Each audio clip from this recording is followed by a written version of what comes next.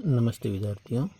आज हम बायोलॉजी का चैप्टर नंबर 33 इसका नाम है मानव में भ्रूणीय परिवर्धन एम्ब्रियो डेवलपमेंट इन ह्यूमन का अध्ययन करेंगे। मानव में भ्रूणीय परिवर्तन, भ्रूण यानी जो बच्चे का विकास होता है, तो जो जनन होता है और जनन के बाद में जो परिवर्तन होता है उसका जो किस तरह से वो बनता है, किस तरह से बड़ा होता है और किस समय किस अवस्था में उनके क्या परिवर्तन होते हैं, उसके बारे में आज हम लोग विस्तार से अध्ययन करेंगे। यह कर्मिक विकास की प्रक्रिया है। मनुष्य में एक कोशिकीय युग्मनज से प्रारंभ होकर नवजात शिशु विकास तक होती हैं। एक कोशिकीय युग्मनज से शुरू होती हैं और नवजात शिशु छोटा बच्चा होता है जब तक कि वो जन्म ले लेता है तब तक होती हैं। अब इसके अंदर क्या होता है, हेडिंग है विदलन और तूतक भवन। विदलन युग्मनज में होने वाले आरंभिक समसूत्री विभाजन को विदलन कहते हैं। युग्मनज का मतलब होता है जोड़ा और उसके अंदर जो आरंभिक समसूत्री विभाजन होते हैं उसको कहते हैं विदलन। नोट, जब कोशिकाओं की संख्या 16 हो जाती है तब इस ठोस अवस्था को तूतक इनकी मोरुला कहते हैं। कोशिकाओं की संख्या अगर उसमें 16 हो जाती है तो ऐसी अवस्था को मोरुला कहते हैं तथा तूतक निर्माण की क्रिया को तूतक भवन कहते हैं और मोरुला निर्माण की जो क्रिया होती है उसको मोरुला भवन कहते हैं। यह क्रिया 3 दिनों में पूर्ण होती है। इस क्रिया को पूर्ण होने में 3 दिन का टाइम लगता है। आगे है कोरक भवन। तूतक से कोरक निर्माण की प्रक्रिया को कोरक भवन कहते हैं। अब मोरुला से जो कोरक का निर्माण होगा और उस समय जो ये प्रक्रिया होती है उसको कोरक भवन कहते हैं। नोट, कोरक पुटी के गर्भाशय भित्ति से चिपकने की क्रिया को रोपण कहते हैं और जैसे कोरक पुटी है वो गर्भाशय भित्ति से चिपक जाएगी तो ये प्रक्रिया रोपण कहलाती है। कोरक पुटी से 3 जनन स्तरों का निर्माण गेस्टुला भवन कहलाता है। 3 जनन स्तरों का निर्माण होता है और ये क्रिया गेस्टुला भवन कहलाती है। जनन स्तरों का भवितयता, जनन स्तरों का भवितयता क्या है, देखिए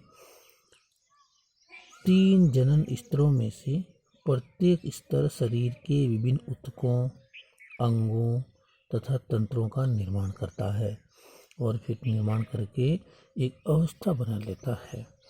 हेडिंग है मानव में भ्रूणीय अवस्थाओं का सारांश। अब इन भ्रूणीय अवस्थाओं का सारांश क्या है, जैसे प्रथम सप्ताह में देखिए, जैसे ही प्रथम सप्ताह होगा माँ के गर्भाशय के अंदर तो बच्चे के अंदर, उसके शिशु के अंदर, एम्ब्रियो के अंदर क्या परिवर्तन आएंगे। गर्भाशय के 24 से 30 घंटों में निषेचन, 48 घंटों में 2 कोशिका अवस्था, निषेचन के बाद में 2 कोशिका अवस्था, तीसरे दिन मारुला का निर्माण होता है, चौथे दिन कोरक पुट्टी गर्भाशय गुहा में प्रविष्ट होती है, 7 से 8वें दिन रोपण की क्रिया संपन्न होती है। तो इस तरह से प्रथम सप्ताह पूरा होता है। द्वितीय सप्ताह में देखिए बाह्य भ्रूणीय झिल्लियों का निर्माण पूरा हो जाता है और 14वें दिन आदि रेखा का निर्माण हो जाता है। ये क्रिया होती है दूसरे सप्ताह के अंदर। तृतीय और से छठे सप्ताह के अंदर देखिए 20वें दिन तंत्रिका भवन होने लगता है, 28वें दिन हृदय की धड़कन शुरू होती है, मस्तिष्क का तीव्र विकास होता है, फुफ्फुस व गुर्दे दिखाई देने लग जाते हैं। तो इस तरह से तृतीय से छठे सप्ताह तक एक क्रिया होती है। छठे से 8वें सप्ताह तक देखिए बाहरी कान उभरने लगते हैं, कान, यकृत में आरबीसी का निर्माण शुरू होता है। 7वें सप्ताह अस्थि निर्माण की प्रक्रिया शुरू हो जाती है, अस्थियों का निर्माण शुरू, हड्डियों का, पसलियों का निर्माण शुरू हो जाता है। हृदय पूर्ण विकसित हो जाता है और हृदय भी पूर्ण विकसित हो जाता है। 8वें सप्ताह भ्रूण करवट लेता है, खुद करवट लेने लग जाता है। आँखें की पलकें विकसित होने लगती है आँखों के ऊपर जो पलकें होती हैं वो विकसित होती हैं। अगला है 9 से 12वें सप्ताह में। देखिए क्या होगा, 9वें सप्ताह में अंगूठा चूसना प्रारंभ करता है, पलकें बंद हो जाती है। 9वें और 10वें सप्ताह में भार 75% तक बढ़ जाता है, 75% उनका भार भी बढ़ जाता है। 10वें सप्ताह में अंगुलियों के निशान व नाखून पूर्ण विकसित हो जाते हैं, नाखून भी हो जाएंगे और अंगुलियों के निशान भी पूर्ण विकसित हो जाते हैं। 11वें सप्ताह के अंत तक होठ व नाक भी विकसित हो जाते हैं, होठ भी विकसित हो जाएंगे और नाक भी विकसित हो जाता है। इस तरह से ये सप्ताह चलता है। आगे देखिए, 3 से 4 महीने तक स्वाद नलिकाओं का विकास। स्वाद नलिकाएं जीभ होती है, आपको बताइए। बालिका गर्भस्थ शिशु नर की तुलना में अधिक चलती है। नर की तुलना में जो गर्भाशय के अंदर होती है, अगर पेट के अंदर बच्ची है तो वो ज़्यादा चलती है। दांतों का विकास होने लगता है। माँ को शिशु के हलचल का पता चलना शुरू लग जाता है और माँ को पता चल जाता है कि बच्चा अंदर हलचल कर रहा है। इसे क्लीन कनिंग कहते हैं। इस प्रक्रिया को क्लीन कनिंग कहते हैं। 4 और 6 महीने गर्भस्थ शिशु एक सफ़ेद दरों से ढक जाता है, जिसे वर्निक्स कहते हैं। सफ़ेद दरों से ढकेगा उसको वर्निक्स कहते हैं। फेफड़ों में सांस लेने की क्षमता का विकास हो जाता है और फेफड़ों में सांस लेने की क्षमता का विकास हो जाता है। 6ठे महीने से जन्म तक शिशु पलकें झपकने लगता है और 7वें माह में अश्रु ग्रंथियाँ विकसित हो जाती हैं। आंखों के अंदर होती है अश्रु ग्रंथियाँ। सूंघने की क्षमता का विकास हो जाता है, सूंघना। 8वें माह में कुपिकाओं का विकास होने लगता है, कुपिकाओं का विकास हो जाएगा।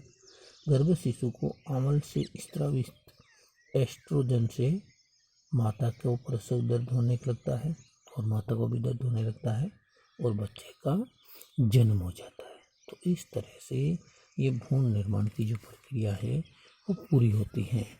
अब हम लोग इसको चित्र के माध्यम से समझ सकते हैं थोड़ा सा। सबसे पहले देखिए, निषेचन शुरू होता है। निषेचन के बाद में रोपण की क्रिया होती है। रोपण के बाद में 2 सप्ताह का रोपण होता है इस तरह से, और उसके बाद में 3रे सप्ताह के अंदर थोड़ा सा आपको भ्रूण दिखाई देता है।